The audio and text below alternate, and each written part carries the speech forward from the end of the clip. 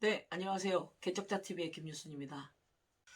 저번에 동생과 자기 의에 대해서 얘기를 하다가 욥에 대해서 생각하는 바를 얘기하는 거를 듣고 정말 욥이 우리가 알고 있는 인내의 상징이 아니구나. 욥은 자기 의가 완전히 똘똘 뭉친 사람이었구나라는 것을 깨달았습니다.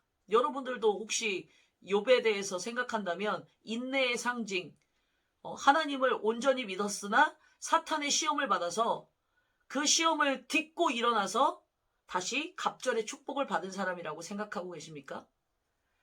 이 우스 땅에 그 사람을 평가할 때, 욥을 평가할 때 의롭고 정직하고 온전하고 하나님을 경외하는 사람으로 소문이 자자했습니다.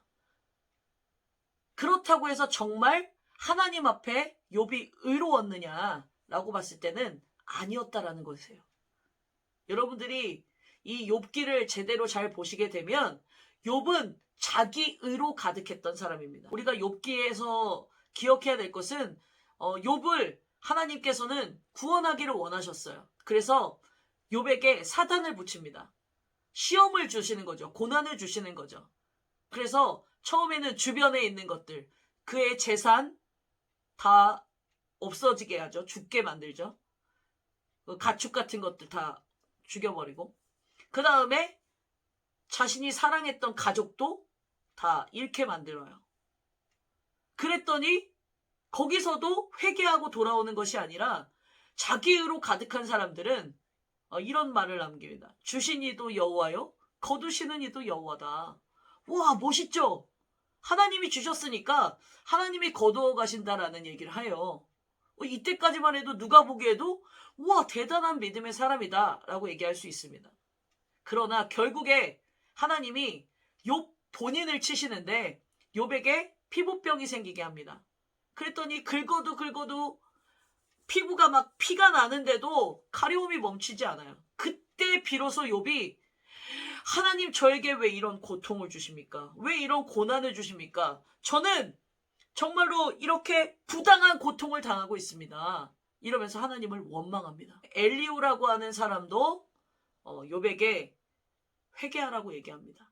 그때까지도 의가 가득했던 욥은 내가 뭘 잘못했는데, 나는 부당한 고난을 당하는 거야. 그러니 내가 회개할 게 뭐가 있겠어. 그러니 이 고통 가운데서만 벗어나게 해달라고 하나님께 호소하고 있습니다. 그래서 하나님이 직접 욥에게 현현하십니다. 그래서 뭐라 그러냐면, 욥아, 내가 너를 의롭게 만들었다. 물론 네가 정직하고 그 다음에 네가 온전하고 이런 성향으로 사람들에게 보이게 내가 너를 만들었다라고 하면서 예를 들어 설명하는 동물들이 있어요. 뭐 타조도 나오고 말, 매, 독수리, 뭐 악어, 뭐 이런 동물들이 등장해요. 내가 그렇게 그 동물들을 만들었듯이 욥, 너 자체의 성향과 성품도 내가 그렇게 만든 것이다 라고 얘기하게 됩니다. 그때서야 정말로 내가 의롭다라고 생각했는데 내가 이 의로운 성격, 정직한 성격, 착한 성격, 죄 하나 짓지 않고 살 사람들 있잖아요. 법 없이도 사는 사람들. 그런 성향을 만드신 것도 하나님이시구나 라는 것을 깨닫게 하십니다. 그래서 하나님의 주권과 오묘한 섭리를 깨닫는 그 순간에 욥은 42장의 욥기 마지막에 결국에는 자신의 교만함을 깨닫고 온전하게 하나님을 예배함으로 말미암아 하나님이 비로소 기쁘게 받으셨다라고 얘기하고 있습니다. 하나님의 주권 안에 통치를 받는 사람이 하나님의 사람입니다. 그게 바로 하나님이 의롭다라고 칭해주는 이신칭의의 사건이 일어나야 되는 거예요. 그때는 바로 회개가 있을 때. 회개는 언제 있었어요? 욥은 42장 욥기의 마지막에 있었다라는 거예요.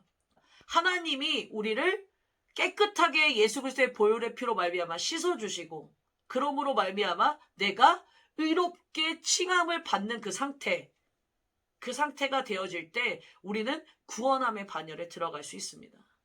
자기 의를 드러내는 것이 아니라 하나님의 주권과 하나님의 통치함을 받는 믿음의 사람들이 되시기를 간절히 소망합니다.